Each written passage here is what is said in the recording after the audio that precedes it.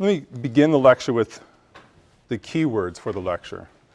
Just a couple of words that will help you understand important themes for this lecture and for Wednesday, for the entire week really. And those phrases are the key words are the talented tenth, uplift and respectability, putting them together, uplift and respectability, and race management. Talented tenth, uplift and respectability, and race management. Let me start with a quote. It seems manifest to me that as a race in this land, we have no art, we have no science, we have no philosophy, we have no scholarship. Individuals we have in each of these lines, but mere individuality cannot be recognized as the aggregation of a family, a nation, or a race, or as the interpretation of any of them. And until we attain the role of civilization, we cannot stand up and hold our place in the world of culture and enlightenment. And the forfeiture of such a place means inferiority, repulsion, drudgery, poverty, and ultimate death. Quote is from a man named Alexander Crummell, from one of his final essays called Civilization, the Primal Need of a Race. Civilization, the Primal Need of the Race. You'll see in this lecture, and perhaps even identified a tiny bit in this quote, some linkages to the last lecture, thinking about manliness and civilization, and Ida B. Wells Barnett and the kinds of claims she was making about the white South, that they're lacking in both. Today we're talking, the reason there's a linkage there, we're talking about the same era, generally speaking. This week, we're going to move from essentially the 1880s into the first decade of the 1900s, just to give you a chronological bearing. And that overlaps a lot with the lecture I had on Wednesday dealing with Ida B. Wells' anti-lynching crusades as well. Now, I started the lecture with Alexander Crummell, and let me explain why. I think he's a nice vehicle through which we can understand a lot of the themes of this week's lectures. Crummell was a black man, born into a free family in 1819. His family was essentially a minority within a minority. Both parents were literate, they were active abolitionists, and they enjoyed a materially comfortable life in that particular context. Crummell's born free to literate parents and active abolitionists. This is not the typical African-American experience prior to emancipation. He's educated by his father and at private schools throughout the Northeast, although not without controversy.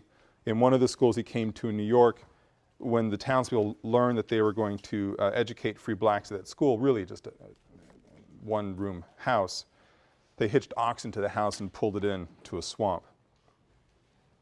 Anyway, Crummell does get an education, becomes a minister, and then heads off to Cambridge University in 1845. Crummell's departure for England and his subsequent classical training marked a watershed moment in his personal and intellectual development. He originally left the US only to obtain a degree from Cambridge and raise money to build a new church back in the United States. Now he leaves in 1845. He does not come back to the US except for two very brief visits. He does not come back to the US until 1872. So he is gone from the country during the Great Sectional Crisis. Goes to England in 1845. He doesn't stay in England the whole time. He starts getting sick in England, and then he decides to move to a warmer climate for his health. This is the thinking of the time. He departs for Liberia, the west coast of Africa, in 1853. And he would remain there for almost 2 decades. By this action, it appears as if Crummell was doing exactly that which he fought so strongly against in his public orations prior to this moment. He was immigrating to Africa, just as the African Colonization Society recommended African Americans do. This is a group I mentioned in passing a week and a half ago. There's a group advocating blacks get out of the United States, advocating colonization, go back to where they belong was the thinking in shorthand. Well, when Cromwell goes to England, he goes there someone against the activity of the African Colonization Society. He's campaigning actively against that idea. We should not send blacks, quote, back to Africa, black Americans that is, their homelands, the United States. But by the time Cromwell leaves for Liberia, he actually is advocating colonization. So Cromwell goes through this interesting shift, it seems. He leaves for England for an advanced degree and to get the education and raise funds to build a church back in the United States. He stays in England, then leaves for Africa, advocating colonization, the very thing that he had been fighting against for his adult life up to that point. Now, Cromwell's advocacy for colonization is different from that of people like in the African Colonization Society who are saying, let's just get this problem out of our hair. Cromwell believed in the hierarchy of civilization. It's an important phrase, the hierarchy of civilization. And he believed that African natives, who in Cromwell's mind were pagan, that African natives were at the bottom of this hierarchy. So instead of advocating for black Americans to move to Africa to solve an American problem, he's calling for black Americans to move to Africa to solve an African problem and a Christian problem. Cromwell believed that at one time black Africans were at the top of the civilizational ladder, top of the hierarchy. But over time, with technical innovation and divine providence, very important, he believed that Europeans, especially the English, were now at the top of the hierarchy, top of this ladder. So Cromwell's advocating black Americans come to Africa to save the Africans, to Christianize them, to rise them up, to lift them up beyond their pagan roots. Eventually, Cromwell becomes frustrated in Liberia with his attempts to civilize the natives through religious and educational salvation. He returns to the United States to head up one of the most prominent churches in Washington, D.C., St. Luke's Episcopal, serving a predominantly black and almost exclusively wealthy black community. Comes back in 1872, heads up this church and really helps expand it and grow it. And he dies in 1898. Now, what does all this have to do with today's lecture? Cromwell, Cromwell embodies many of the important elements that define black leadership and elite life in the second half of the 19th century. Although he did not coin the phrase, Cromwell lived the ideology that suggested the talented tenth will be the ones to save the race. Although he did not live long enough to see it mature, Cromwell founded the American Negro Academy. More about that in a few minutes. Cromwell founded the American Negro Academy, which took as its explicit mission to save the race via the profound ideas of the talented tenth.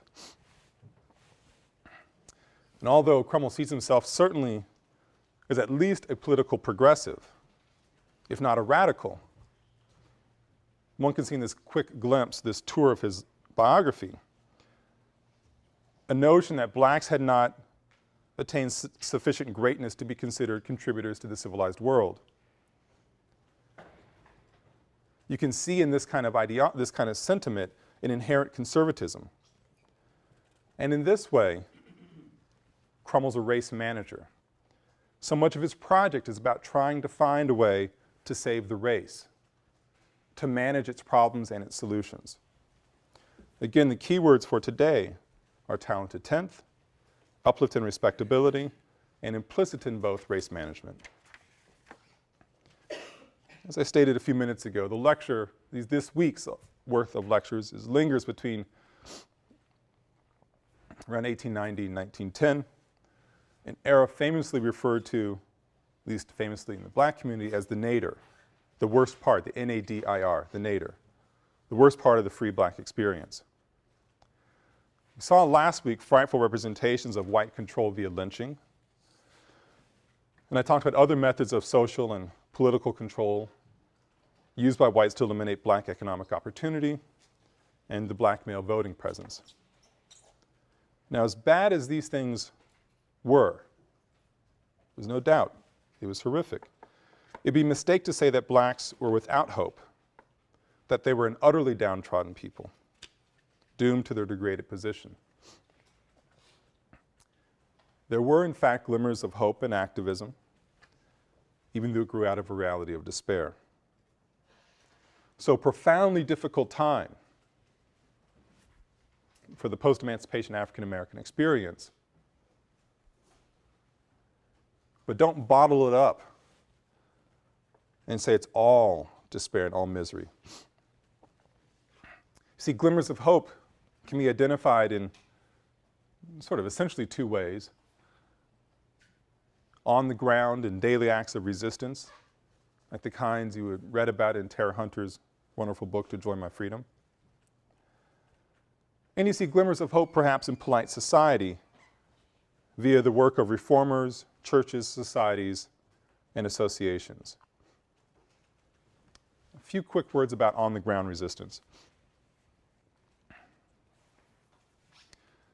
We know from Tara Hunter that thinking about struggle, her book, her argument is about struggle on the ground and the ways in which the black community was negotiating class politics during this era.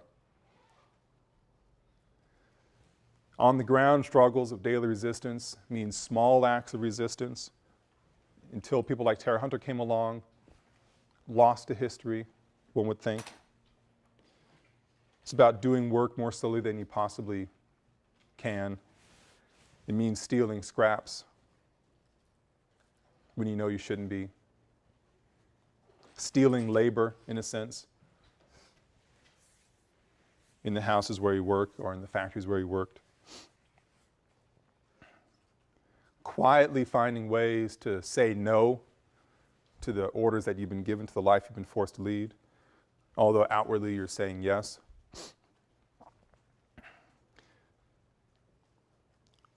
You can't discount these small acts of daily resistance. They are important. Think of Tara Hunter's laundry workers who would claim control of their bodies in the evening when they went out dancing. They had some sort of real psychological relief, physical relief, in exerting the control over their own bodies and being out in a certain space, even though their bosses wouldn't have appreciated it, and certainly the black elite looked down their noses at their actions. This is important.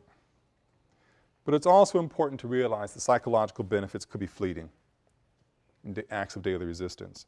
Because the fact of the matter is, when those workers woke up the next morning after a great night out, they had to go back to work. They had to find a way to put food on the table. And so although we cannot discount the benefits of psychological relief, we need to understand them as well for the real limits that they had. Life remained difficult.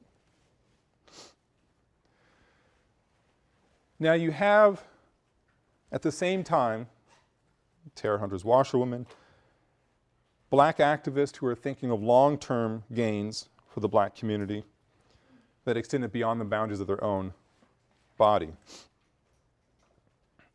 These were the people, it's important to realize, who had the freedom and security to think about beyond their daily existence. They had some means. And we're not talking wealthy people, rich people, but they had some sort of security. They knew there were meals coming all week long. Their house, they owned their house. They had shelter. And they had some measure of education. So they had the leisure time to think about long-term solutions. These were the people who considered themselves the talented tenth. These were the people who thrived in polite society and who saw it as their duty to uplift the race. Bless you. This last phrase, I want you to think about it and what's important for this lecture. They saw it as their duty to uplift the race. Now, for the rest of the lecture, I'm going to, in a sense, explore that phrase, extrapolate meaning from it. For the rest of the lecture, I want to explore Uplift's roots in the Northern Church. I'll explore the linkage between Uplift and the new growth of associations in American culture. But most importantly, I want to explore Uplift's investment in gender dynamics and Uplift's equally subversive and conservative nature.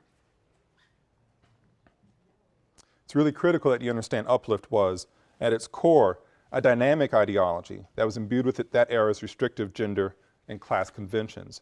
There's a gendered element to Uplift. There's a class element to Uplift that make Uplift both subversive and conservative. Think back to my framing of Alexander Crummel's life. Considered himself a political progressive, yet his ideology was fundamentally conservative. Let's look at Uplift's roots. We can trace Uplift back as an identifiable ideology to a group called the American Baptist Home Mission Society. The American Baptist Home Mission Society. It's a northern and white-run effort to educate and civilize Southern blacks. This is a post-Emancipation Reconstruction era we're talking about here.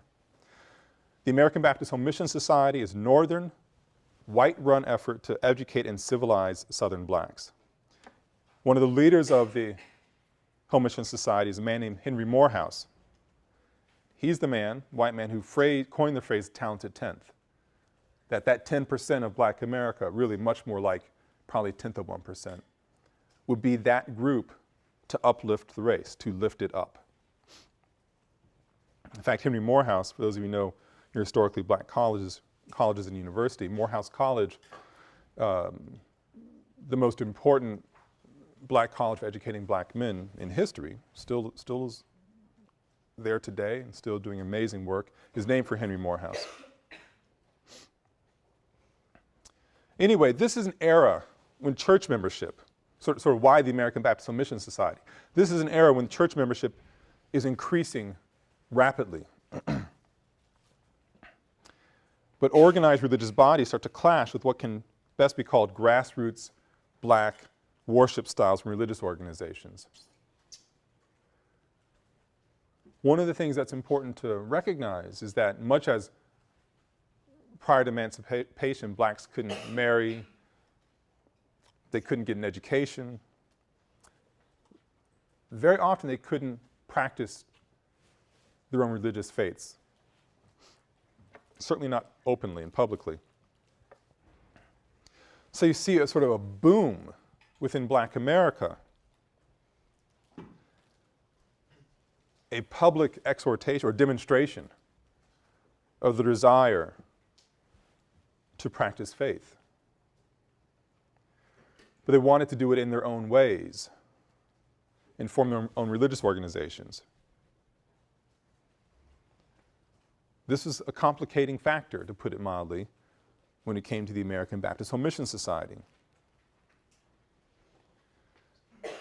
The Home Mission Society was coming down from the north, setting up schools and churches, setting up schools in the sort of the same spirit as the Freedmen's Bureau, setting up churches, Baptist churches, setting up an order of prayer, systems of practice, to educate and civilize through faith and adherence to the Bible and Christian ethics, so to save the race. Well, blacks begin to bristle at the fact that they are not allowed by the American Baptist Home Mission Society structure, that they aren't allowed to contribute to the Sunday school teaching literature. Whatever they had to teach on a Sunday was, quote, given to them by this northern church. The American Baptist Publication Society refused their contributions. It's a tension here about religion and religious teaching, practices certainly, but it's also about control over their secular activities. The American Baptist Home Mission Society wanted blacks to function in accordance with their guidelines and their principles. And increasingly blacks were saying, you know, I'm getting frustrated by this. You have a breaking point in 1895. The year, as you'll see over this lecture and next lecture, a very important year. Serious breach appears in 1895 when a number of blacks come together, Southern blacks, too frustrated any longer to abide by the American Baptist Home Mission Society's edicts, and forms its own society, the National Baptist Convention. The National Baptist Convention is created by and about blacks. It's organized to establish black control over the church, their churches, their religious practices and secular activities. Even goes as far as to establish its own publishing company so it could produce, among other things, Sunday school literature written by blacks. Say the American Baptist Home Mission Society coming down from the north with a frankly patronizing attitude about saving the race. After some time, the race says, we're forming our own organization if you won't let us have some control in our own churches. Thus, the National Baptist Convention is formed. Now, before going any further, it's important to think about what a church actually was. These were places to worship, of course. But it's also important to realize that churches play many different roles in the black community, the white community as well. We're talking about the African American experience right here. These churches were places where they taught literacy. Certainly that's what Sunday school classes are partly about as well, but we're talking sort of daily education. They were also places to find food. If you're running short on food, you go to the church to be fed or get some supplies. Provide basic health care, employment information, clothes. So the church was not just a place functioning in the black community as a site on Sundays to be in deep reflection and other days to seek solace. It was doing that certainly, but also feeding, educating, clothing the black community and providing basic health care as well. So the church needs to be understood as what one calls a discursive space in the black public sphere, whose very conscious role was to uplift the race. A discursive space in the black public sphere whose very conscious role was to uplift the race. Saving the race through God, through food, through education, through clothing, through health care, across the board. So churches were religious and secular spaces. Now, in addition to the growing secular activity of the black church, there's a rapid expansion of intellectual, social, and literary societies in black America. And this is a phenomenon across the races in the United States during this time, the late 19th century. It's important to realize the significant organizations in black America weren't just the churches. There's cultural and intellectual societies as well. As far as black America was concerned, these societies, these associations, were all a part of the struggle to become self-sufficient. It's important to protect its own flanks and to provide for those who are less fortunate. So you have fraternal orders and benefit societies like the Masons, the Oddfellows, the Knights of Tabor, all of which were for men, or the Order of the Eastern Star, the Sisters of the Calanth for women. You have secret societies offering insurance against sickness and death and aid to widows and orphans. And then eventually you have insurance societies, companies. Most famously, the North Carolina Mutual Life Insurance Company. It's the largest black business in the United States for quite some time. The rise of black banks, and so on. So you see a range of, really for lack of a better phrase, community service associations developing. Places for fellowship, sort of a secular fellowship, certainly, but also a place to gather, to sort out information about somebody who might be in trouble that we can help out, to sort of raise funds to improve schools by hiring a new teacher, perhaps, to provide resources when somebody dies, in a mutual aid benefit society, to give resources to the children and widows, to literally put your money someplace. These were all rather dramatic changes. They may not seem like much, but again, when you're starting from zero, anything is something. So in addition to these service societies, you have intellectual societies like the American Negro Academy, founded in 1897. The ANA, the American Negro Academy, was not the first of its sort, but it was the first to talk about uplift in systematically intellectual ways. So it's not about job training. It's not about finding clothes or food for somebody. It's about saving the race through the power of the intellect and through training. The ANA was limited to 20 or so leading men of the race. This would be the phrase of the time. Women were not allowed. And the goal of the ANA, those 20 leading men, would be to develop the next generation of leaders to solve America's racial ills. It's a rather ambitious goal, but that was it, quite literally. W.E.B. Du Bois, someone who, a lot of you may see Du Bois, you see the name, it's Du Bois, that's the way his family pronounced it. W.E.B. Du Bois, who we'll hear more about tomorrow and we'll hear about intermittently throughout the course, a man of incredible importance in the 20th century African-American experience. Du Bois had just received his PhD from Harvard and is the first vice president of the organization. He's Alexander Crummel's protege. As I said before, the ANA was exclusive to men.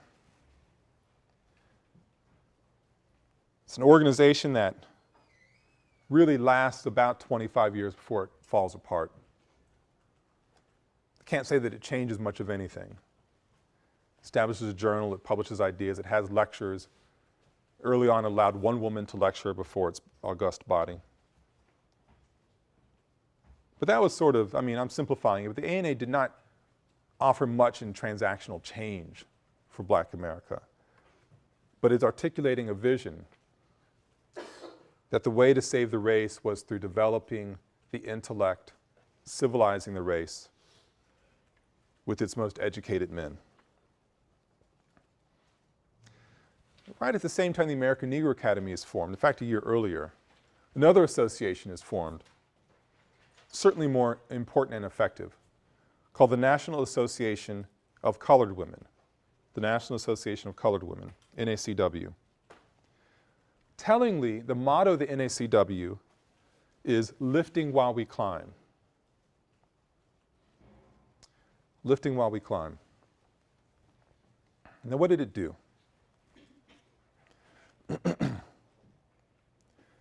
It was sort of an amalgamation of the American Negro Academy ethos and the American Baptist Home Mission Society and National Baptist Convention. It's an organization of middle and upper class as far as status, social status, middle and upper class Black women, the best sort, as it were, that they would gather together on a, I don't know, twice a month, monthly basis, network socially, certainly. But they would also organize political protests, something really quite astonishing. This is not the kind of person, not the kind of woman, not the kind of class figure who would publicly protest. But I didn't think to bring the image with me, but in the very first lecture I showed a slide of members of the NACW picketing the White House for an anti-lynching law in the 1930s. These are women who'd walk the picket line to press a political point. And they also conducted basic agitation for child welfare reform. So they're trying to network amongst themselves, raise the political stakes, and also agitate for child welfare reform.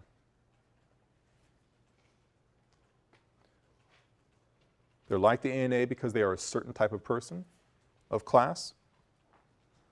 They're like the Baptist Home Mission Society in the sense that they are trying to uplift the race, save the children. And in a sense like the National Baptist Convention by acting in explicitly political ways. And the National Baptist Convention's own creation was an explicitly political act. Thinking from the NACW's perspective, Uplift can be seen as both subversive and conservative. It was subversive since it was helping educate and clean up poor and unclean people. Sad to say, but this was a subversive act, trying to clean people up, trying to improve their health. And this is really something you need to be aware of. This was an era of an epidemiologist's nightmare. Cities are really forming rapidly. People are coming to urban centers. But hygiene isn't coming as fast as the people are coming. Cities and streets literally built on top of filth, of refuse, excrement. Disease is in the air. Tarenter lays this out in her book. All these campaigns to teach proper hygiene habits. It wasn't just about nice manners and a white dress. These are life and death kind of skills they're trying to teach the poor and the unclean. Trying to wage anti-tuberculosis campaigns, for instance. So the NACW is trying to do something radical by trying to help educate and clean up people who were ignored by society. But it was also, and it was also subversive for the way to engage in explicit acts of political resistance, like picketing, advocating anti-lynching, the passage of anti-lynching law, lobbying people. But Uplift from the NACW's perspective, or the way it interpreted Uplift, was also quite conservative because NACW membership recognized in itself the express need for them to clean up the race.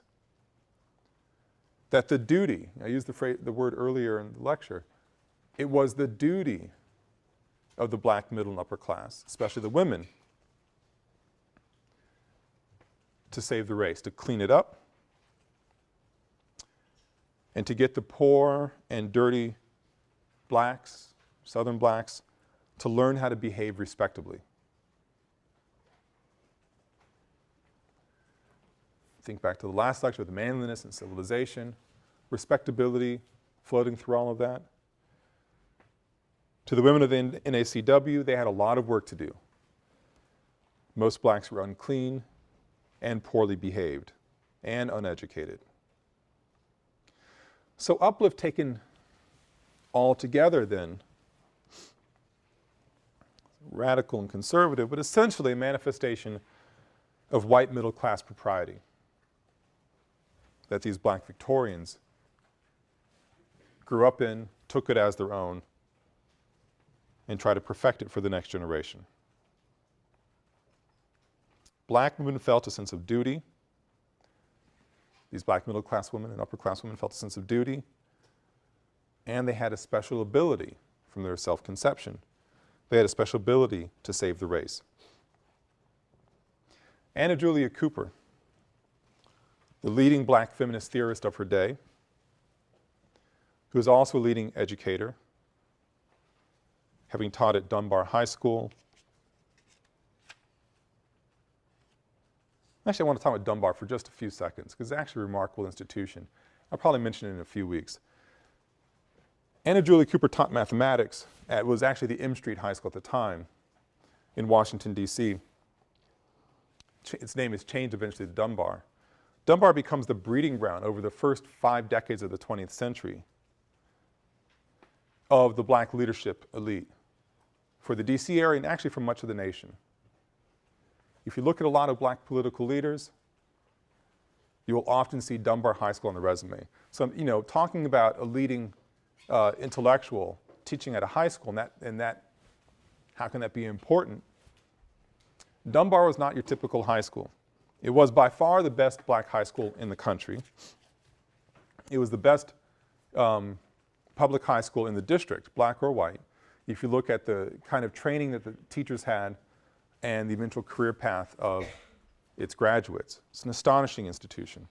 Anyway, Anna Julia Cooper, leading theorist of her day, teaches at Dunbar High School.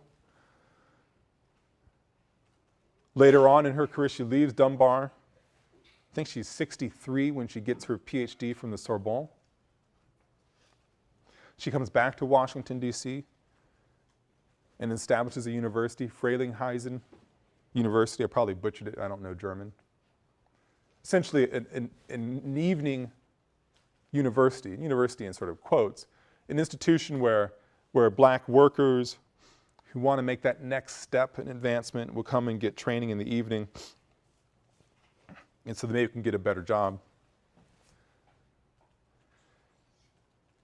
That's all quite a big tangent. Anna Julia Cooper, the leading black feminist theorist of her day and educator, exemplified this uplift ideology espoused by the NACW.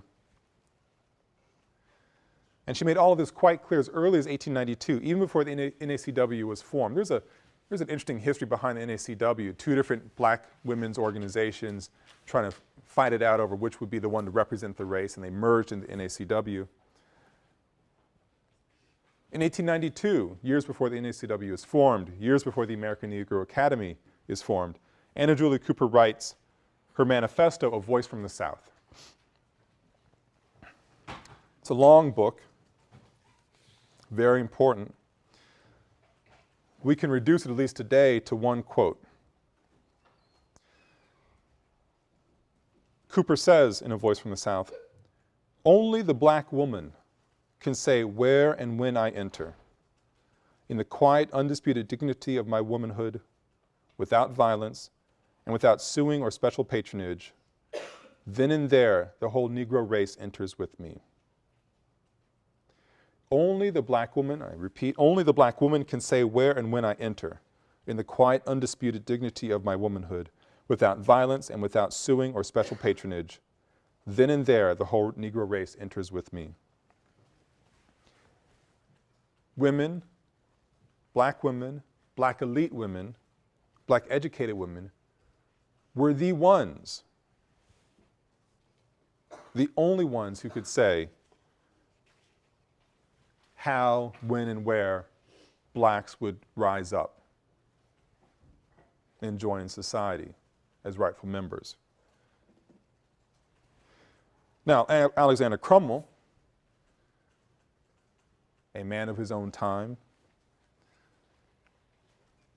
recognized Anna Julia Cooper's intellect and her unique skills, but he was certainly as conservative on gendered lines as one might expect.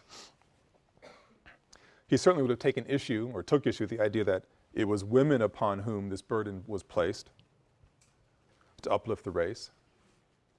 So there's a sort of a gendered battle there about who it was most prepared to save the race. But Cooper and Crummell shared the same ideology. It's the educated person, the civilized person. That's who would save the race. Uplift is a middle-class ideology. Then that was as much about race management as it was about anything else. Who is going to manage the race during a period of transition,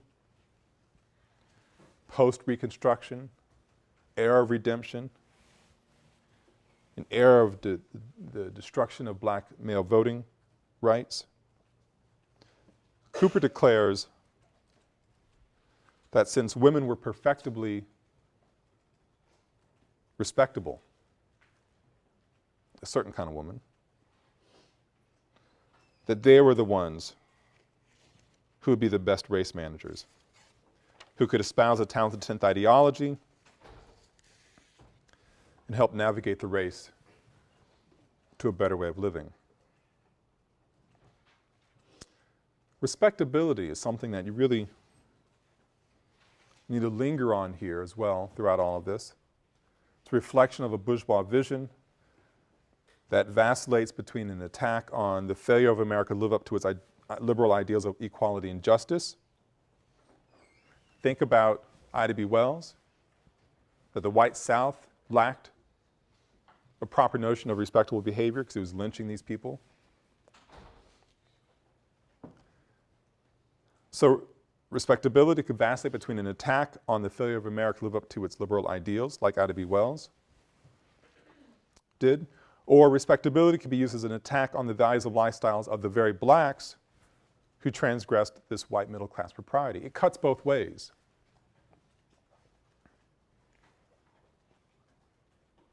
People like Ida B. Wells could tell white America, shame on you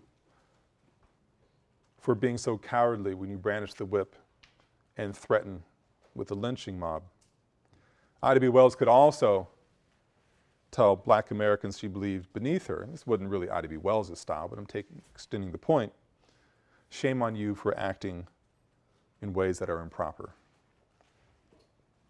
Now I open this lecture with a quote from Alexander Crummell about the need for civilization. Sketched out Crummell's life experiences and explained why he's such a great representative figure for the era. Let me close with a quote from his protege, W.E.B. Du Bois. This will be one of the main figures I'll focus on Wednesday's lecture. We can see in this quote the way in which the ideology of the talented tenth was driven by a commitment to uplift the race, and that this commitment to uplift the race was driven by the belief that the black poor, the black unwashed, were a negative drain on all blacks in America. Again, uplift was race management. And by the way, for those of you who know a thing or two about W.E.B. Du Bois and the phrase talented tenth, these two are linked. Because Du Bois does write about the talented tenth, but he's not the person who coins the phrase. He uses it from Morehouse's American Baptist Home Mission Society, just so you're straight on this issue. Anyway, Du Bois says the following: Men of America, the problem is plain before you. Here is a race transplanted through the criminal foolishness of your fathers. Whether you like it or not, the millions are here, and here they will remain. If you do not lift them up, they will pull you down. Education and work are the levers to uplift a people. Work alone will not do it unless inspired by the right ideals and guided by intelligence. Education must not simply teach work, it must teach life. The talented tenth of the Negro race must be made leaders of thought and missionaries of culture among their people.